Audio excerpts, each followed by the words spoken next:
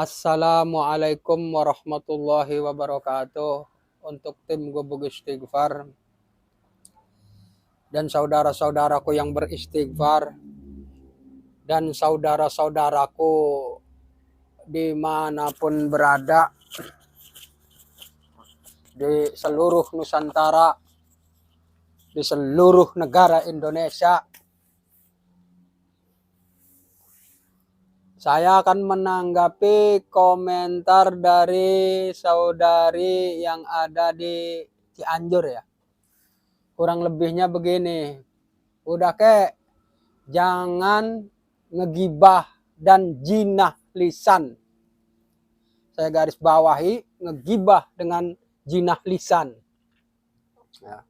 Urusi diri sendiri, kan begitu komentarnya.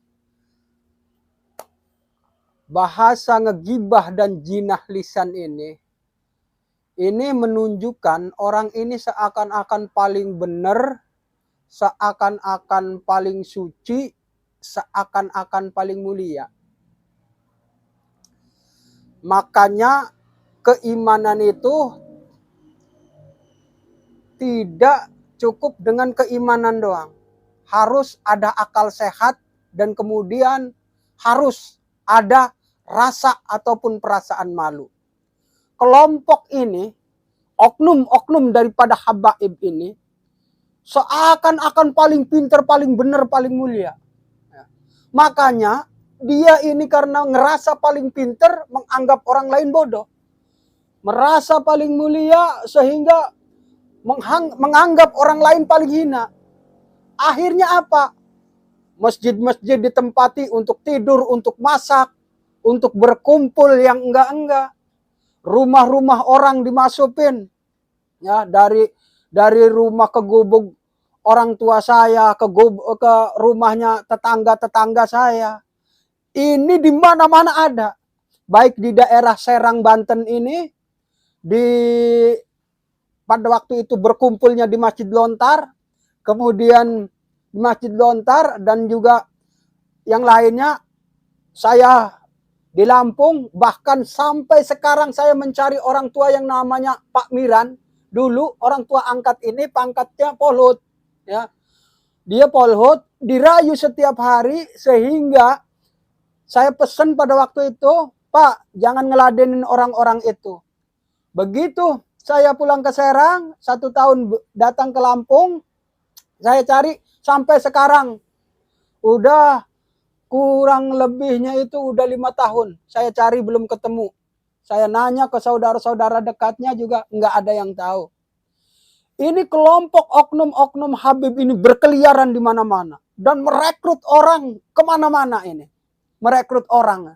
Dari rumah ke rumah. Dari masjid ke masjid. Masjid orang pun, umpamanya dia bilang, Pak saya numpang di masjid ini untuk 1 hari 2 hari, lamanya 3 hari. Kalau belum diusir 1 bulan dan seterusnya nggak bakal pergi. Kalau nggak diusir. Kelompok ini ngerasa paling benar, paling mulia sehingga masukin rumah orang pun. Tidak ada rasa malu ataupun perasaan malu itu tidak ada. Merekrut kemana-mana. Kemudian belum lama ini terjadi perang. Ya, perang di kampung di daerah Cikesik.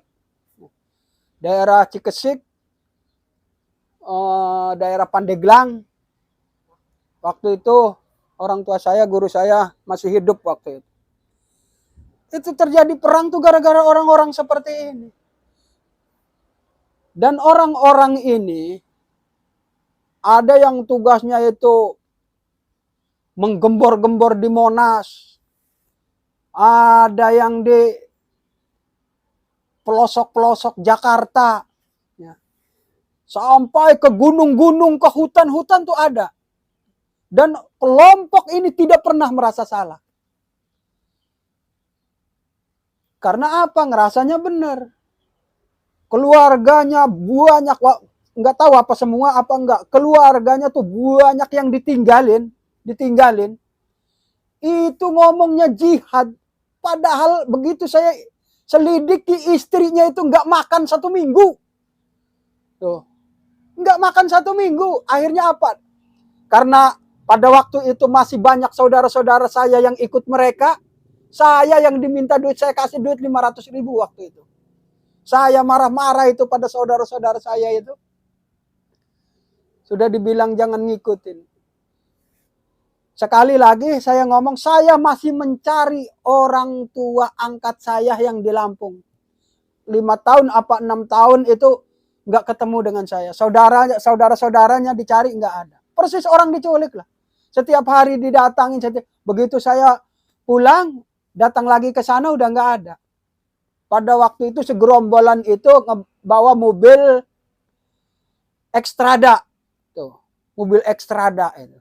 Entah dibawanya kemana tuh orang tua angkat saya tuh. Sampai sekarang saya masih nyari itu. Nah ini komentarnya ini luar biasa ini. Jangan ngegibah ya dan jinah lisan. Padahal orang ini nggak punya malu ini kelompok ini, terus terang aja. Rumah orang didatangin, merayu dengan berbagai macam rayuan sehingga ujung-ujungnya minta duit. Banyak korbannya di sini tuh. Orangnya juga nggak punya malu.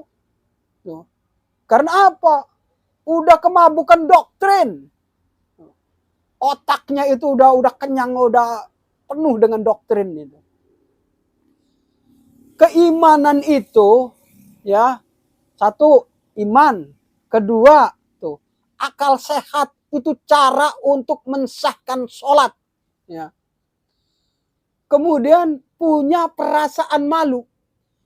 Orang kalau nggak punya malu, banyak tuh oknum-oknum Habib. Kita katakanlah yang ketahuan kemarin itu yang berjinah itu nggak dikatain berjinah, ngejinahin istri orang paling maksiat itu di dunia ini. Dan mereka melakukan segala kemaksiatan yang luar biasa. Berniat menggulingkan negara. Kemudian menjinahi istri orang. Tuh. Membabi-babikan kiai. Ya. Ada yang ngomong kiai tai. Ulama tai. Ulama babi. Ulama monyet, kiai monyet. Kejahatan-kejahatan yang luar biasa itu dianggap mulia oleh mereka itu. Orang-orang seperti inilah yang di negara ini jadi biang kerok. Orang-orang seperti inilah kelompok-kelompok Habib itu yang bikin geger di negara ini. Padahal saya asli orang kampung, nggak pengen terlibat dalam bab ini nih. Tapi sudah kelamaan ini mengacau di masjid-masjid. Ya, di rumah-rumah tetangga. Tuh. Indonesia ini terlalu memuliakan Habib sehingga mudah tertipu, Sehingga diminta apa aja kalau dia punya dikeluarin tuh. Dipinta duitnya. Orangnya suruh nunduk-nunduk. Begitu agak ngelawan sedikit, jangan ngelawan sama Habib, ente dilaknat, ente masuk neraka. Ini orang biadab yang ngomong begini. Asli biadabnya itu. Karena apa biadabnya? Repotnya manusia ketika kehilangan 2 pegangan. 1, ya, akal sehat. 2, rasa malu. Rasa malu dan akal sehat ini sudah benar-benar ditinggalkan. Karena saya udah dengan kelompok-kelompok ini, di masjid sudah ribut. Di tempat makam-makam, tempat ziarah-ziarah orang, saya ribut dengan mereka. Ya alasannya itu, jihad. Alasannya itu, seakan-akan paling mulia, paling pinter lah. Kelompok-kelompok seperti ini. Padahal kerjanya itu provokator. Ngajinya itu kebanyakan nggak bener. Nggak seperti orang kampung. Ngajinya itu dari alif, ba, ta, sa. Kemudian dari juz amma ke Al-Quran. Dari Al-Quran ke Amil, dari Amil ke Jurumiyah, dari Jurumiyah ke Takrib, dari Takrib ke Sitin, kemudian dan seterusnya. Tuh. Enggak, begitu saya ngomong, kata saya ngaji itu harus dari awal. Kalau ngaji itu enggak dari awal, kata saya, ya nantinya ngacak. Apa jawab mereka itu? Ya kalau ngaji mah enggak dari awal juga enggak apa-apa katanya. Yang penting paham, walaupun kita ini ngajinya dari tengah-tengah. Waktu itu saya ngeladenin sekelompok yang bawa mobil Xstrada itu di Lampung itu, ngomongnya begitu. Kemudian yang di Tirtayasa, di tempat Sultan Agung Tirtayasa di makam itu. Dia ngomongnya, ku angfusikum wa ahlikum naro katanya. Dia itu menyelamatkan katanya ahli-ahli ataupun orang-orang lain untuk dirinya katanya. Terus untuk bangsanya dan negaranya katanya. Lawang diri sendiri kata saya nggak ngerti yang disebut angfus itu apa. Ternyata dia nggak ngerti. Kalau ngomong tuh seperti ini nih hebatnya. Jangan ngegibah, jangan jinah lisan. Dia berjinah aja. Kelompok mereka berjinah, ya ngewajangin istri orang. Dianggapnya sah dia itu. Apa bilangnya itu? Kalau dapat turunan air mani muncrat dari oknum-oknum Habib mulia berkah katanya. Kan biadab itu. Orang-orang ini biadab. Menganggapnya itu benar sendiri. Nah, kebiadaban orang-orang ini karena hanya ngerasanya jihad dan punya iman, nggak punya otak sehat, akal sehat, nggak punya rasa malu. Akhirnya apa? Di mana-mana bikin kekacauan, bukan di Indonesia saja. Di Malaysia bikin kekacauan, di mana-mana. Karena yang mereka teriakan itu negara hampir semua negara dikafirkan itu. Mereka ini dianggap kafir, mereka ini dianggap kotor. Orang-orang seperti kita ini dianggap kotor. Pemerintah niatnya digulingkan. Tuh, kayak modelnya Habib Rizik itu. Apa tujuannya? Menggulingkan negara itu pada waktu demo-demo itu. Merekrut sekian ribu orang itu tujuannya menggulingkan negara. Berhubung itu pada waktu Pak Jokowi itu dia akalnya itu nggak keleh sama Habib Rizik itu tetap jadi presiden dan bahkan mampu membubarkan FPI itu. Gerombolan dari mana itu aslinya itu? Nih yang pernah didatangin jam 2 malam nih. Suruh kalau mau tanda tangan 5 miliar nih. Kalau sudah tanda tangan bikin perjanjian dibawa ke luar negeri sana. Tuh. Orang-orang yang begitu mau datang ke sana nyatanya apa? Pada sengsara nggak bisa pulang. Tahun 2014 nih didatangin nih. Jadi Anda apapun ngomong Anda, saya tetap akan melawan.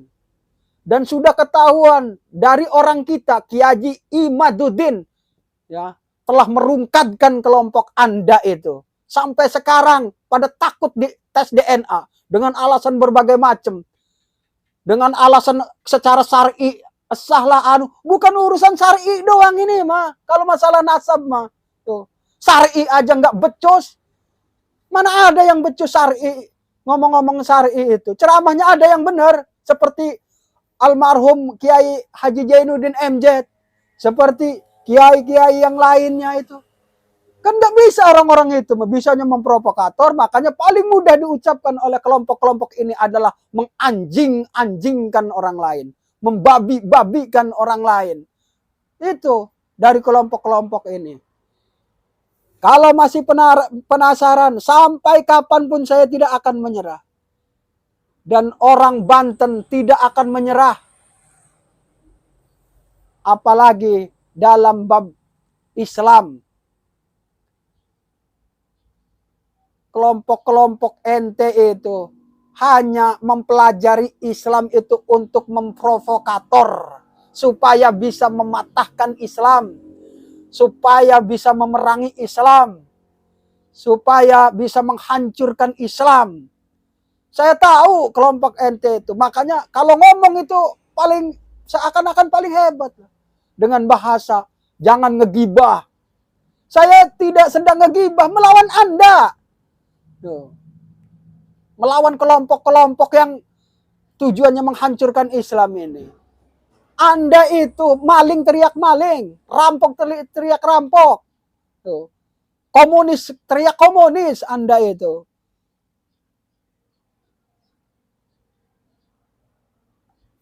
Saya tidak akan menyerah sampai kapanpun. Sebelum kelompok-kelompok ini sadar, apalagi sekarang masyarakat Indonesia hampir semuanya tahu